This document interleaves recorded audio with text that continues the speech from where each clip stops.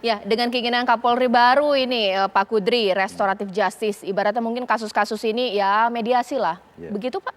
Ya ini kan begini, itu kan sifatnya himbauan surat edaran ya. Sedangkan undang-undang dalam ini KUHP maupun undang-undang ITE itu kan nggak mengatur harus ada mediasi.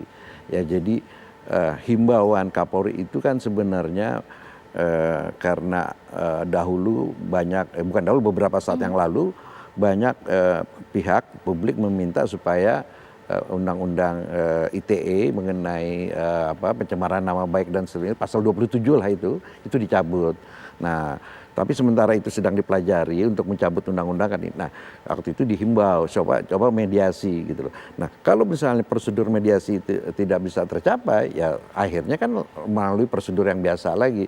Nah, itu bergantung kepada pihak yang merasa dirugikan, apakah akan memberikan maaf ya kepada orang yang itu terserah. Nah prosedurnya misalnya katakanlah misalnya somasi atau nanti pihak kepolisian minta supaya mereka ini coba rembukan dulu ketemu sebelum sampai, itu terserah para pihak. Kalau misalnya pihaknya nggak mau ya terus lagi ke prosedur Tapi sebagaimana. mungkin simpelnya begini, Bapak sebagai ahli di sini, ini kuat tidak sih kasus ini? Atau lebih baik mungkin ya sudahlah mediasi saja karena tidak kuat mungkin alat-alat bukti yang bisa dilampirkan pelapor?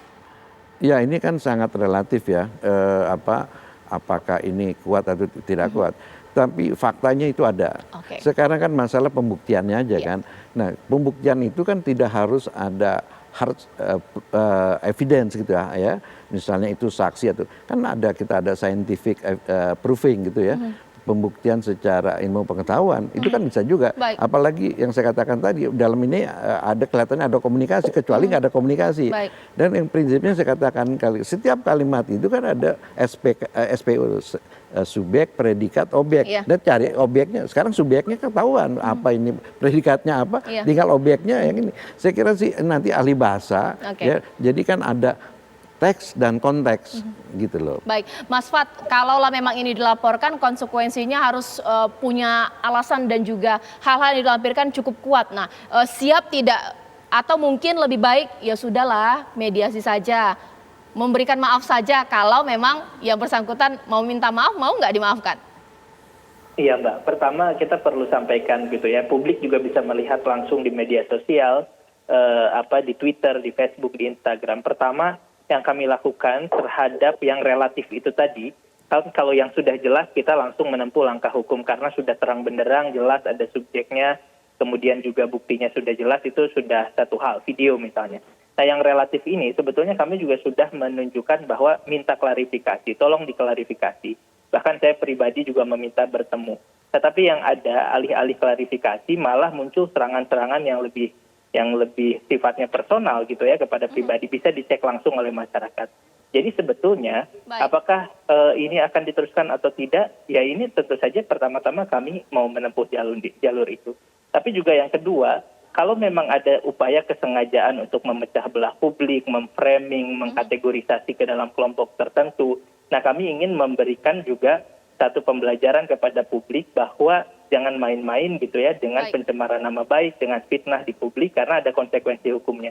Kalaupun prosedurnya banyak tadi, insya Allah kami akan menempuh semua prosedur yang diharuskan gitu ya, dan kita juga tidak berusaha tergesa-gesa, reaktif, marah gitu ya. Kita melakukan semua prosedurnya dengan baik dan benar. Oke. Nah, Mas Husein, ini kan nggak mau tergesa-gesa, intinya masih ada waktu. Mungkin meminta maaf bisa lebih baik. Ini Mas Husein ini bagaimana?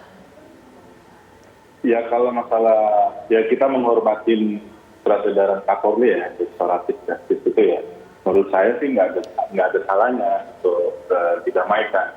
Karena namun sebelum kelangkaan itu menurut saya nggak ada salahnya juga dari pihak Ustadz Adi Hidayat untuk mengklarifikasi hasil validasi dari bank mengenai bukti transfernya supaya masyarakat juga tidak punya pikiran buruk, maksudnya tidak berpandangan jelek terhadap Adi Hidayat, karena bukti validasi itu kan jelas gitu loh. Itu bahwa benar itu sudah dibahkan. Nah itu dipublish aja, dipublish, jangan hanya laporan, Baik. didokumentasi. Kalau dokumentasi ditampilkan di MUI bahwa sudah menyerahkan ini sekian-sekian, kan nggak ada salahnya juga untuk memvalidasi bukti Baik. transferannya itu. Supaya masyarakat juga benar yakin gitu loh bahwa Ustadz Hidayat ini niatnya betul mau membantu masyarakat Palestina. Seperti itu. Baik. Nah, kembali lagi mengenai surat edarannya, mengenai pelaporan apakah itu bisa didamaikan, menurut saya Mas Eko akan legowo ya kalau memang ada bukti-bukti otentik dari Ustadz tadi. Saya yakin Mas Eko juga nggak mempermasalahkan untuk perdamaian itu. Baik, kita tunggulah nanti bagaimana hal ini akan bermuara. Yang pastinya kalau misalnya akan dilaporkan, ini bisa pastinya akan maju ke ranah pidana. Terima kasih seluruh narasumber saya, mulai dari Mas Fad, Mas Hussein, dan juga Pak Kudri. Dan sesaat lagi pemirsa, saya akan bahas mengenai keinginan pemerintah untuk belanja alutsista, di mana anggarannya cukup besar, bahkan dengan skema pembiayaan utang luar negeri. Tepatkah? Sesaat lagi.